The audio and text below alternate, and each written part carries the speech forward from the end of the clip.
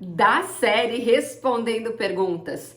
Qual é, na sua opinião, o ramo mais difícil de fazer o processo de adequação à Lei Geral de Proteção de Dados?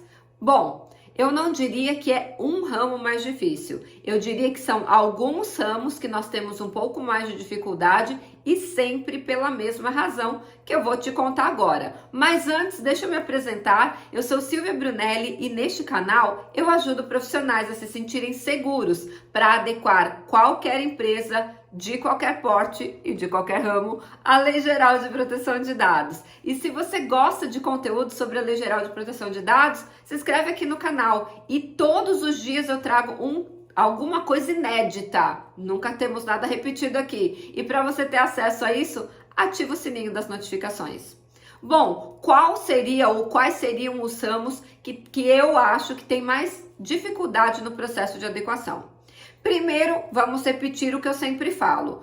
Todas as empresas, sem exceção mesmo, tem que se adequar à Lei Geral de Proteção de Dados. Não importa o tamanho, não importa o porte, não importa se é de direito público, ou seja, órgãos públicos do governo federal, estadual ou municipal, assim como todos os CNPJs. Silvia, uma igreja precisa se adequar, é um CNPJ. Silvia, uma instituição sem fins lucrativos, é um CNPJ, precisa se adequar. Não existe exceção. Esse é o primeiro ponto. Dito isso, quais seriam os ramos com maior dificuldade de fazer o processo de adequação à Lei Geral de Proteção de Dados? Eu diria que na minha cabeça vem 3 logo de cara. E a razão é sempre a mesma. São ramos de atuação que têm uma fiscalização enorme do governo e, além disso, nós temos muitas portarias, muitas resoluções e muitas regulamentações que não param de chegar o tempo todo. A primeira delas, a área da saúde. A área da saúde nós temos legislação federal, nós também temos portarias, resoluções, regulamentações, tanto da Anvisa quanto do CFM, que é o Conselho Federal de Medicina. Então você tem portaria, resolução e coisas de todos os lados. Então, se você não é desta área, fica muito difícil você fazer um processo de adequação, porque além de tudo que envolve o conhecimento da Lei Geral de Proteção de Dados, você também vai precisar conhecer esses detalhes de toda essa legislação, que nós chamamos de legislação esparsa, que envolve a área da saúde. E aí você envolve também toda a parte de regulamentação, além da área da saúde, também das operadoras de saúde, dos planos de saúde, dos seguros de saúde. Então são muitas legislações. Então, além dos 6 passos de um processo de adequação, você tem que ver se algo além disso também precisa ser cumprido. Quando eu faço um processo de adequação à LGPD, eu tenho os princípios e os procedimentos dentro da lei. Eu tenho também, por exemplo, um prazo de temporalidade de manutenção de documentos. Só que, por exemplo, na área da saúde, nós temos, por exemplo, instruções que dizem que os prontuários médicos precisam ser mantidos por 20 anos. Então, existem algumas coisas específicas, ou seja, especificidades desse ramo que precisam ser observadas. E se você não for dessa área, se você já não trabalhar na área da saúde, pode passar alguma coisa batido e aí você vai fazer um processo de adequação que está contra uma regra. Lembrando, a LGPD, ela não revogou nenhum dispositivo legal. Ela se harmoniza com o que nós chamamos de arcabouço legal, ou seja, com todas as leis que já estavam postas no país.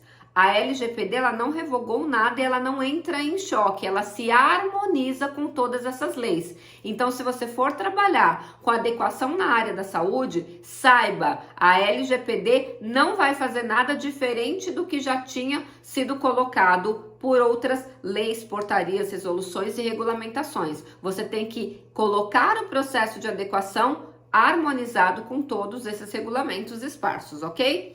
Segundo grande ramo que eu acho também que tem o mesmo problema, regulação, regulamentação, e aqui a gente tem um agravante maior. Existe uma legislação federal, uma diferente estadual e uma diferente municipal, que é a área da educação.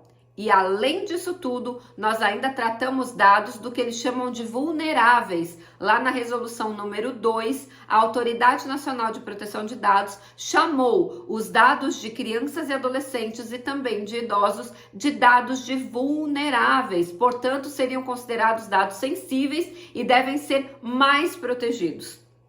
Dentro da área da educação, também tem muita regulamentação, tem muita legislação. Por envolver interesse de menores de idade, também o Ministério Público fica muito de olho e você tem lá uma especificidade no artigo 14, parágrafo 1º, sendo que toda vez que o tratamento for de crianças, e o que é criança de acordo com o Estatuto da Criança e do Adolescente? Pessoas menores de 12 anos, ou seja, com 12 anos incompletos. Então é considerado criança para fim do Estatuto da Criança e do Adolescente, e a LGPD pega emprestado isso porque ela fala sobre a lei pertinente. Crianças, ou seja, pessoas com até 11 anos, 364 dias. Completou 12 anos, é considerado adolescente.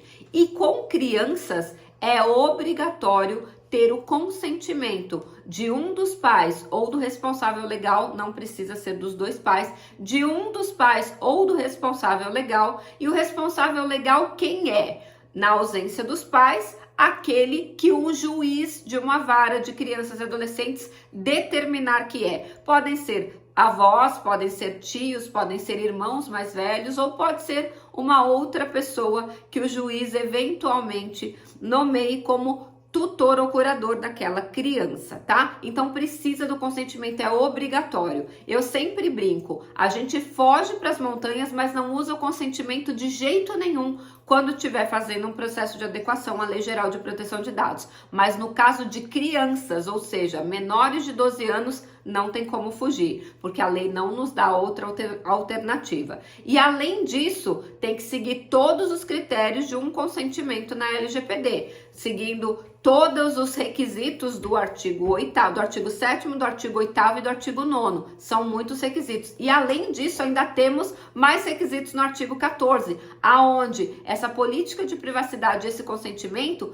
tem que ser escrito numa linguagem que essa criança entenda. Então tem que ser uma linguagem bem simples e eles ainda falam lá, possivelmente, se for preciso, com auxílio audiovisual, ou seja, faz um desenhinho, faz uma cartilha, faz um desenho animado, para que a criança entenda como é feito o tratamento dos dados dela. Olha que interessante que a Lei Geral de Proteção de Dados se preocupou muito que a criança também entenda, afinal de contas, ela é a dona dos dados dela. Muito legal. E qual seria, então, o terceiro ramo, também muito regulado, que toda hora nós temos novas regulamentações, nós temos várias leis esparsas também?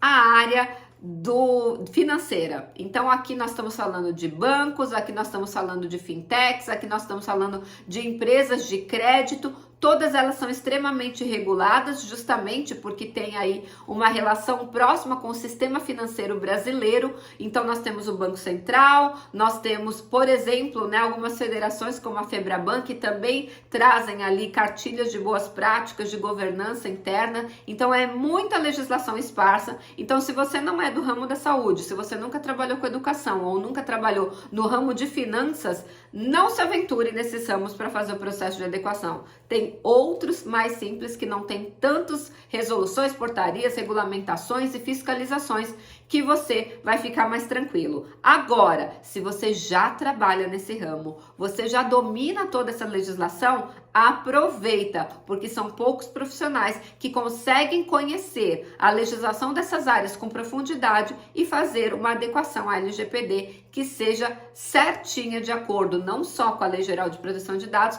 mas com toda essa legislação esparsa desses ramos de atuação. Fez sentido esse vídeo para você? Então antes de ir embora, aperta o like e a gente se vê amanhã no próximo vídeo.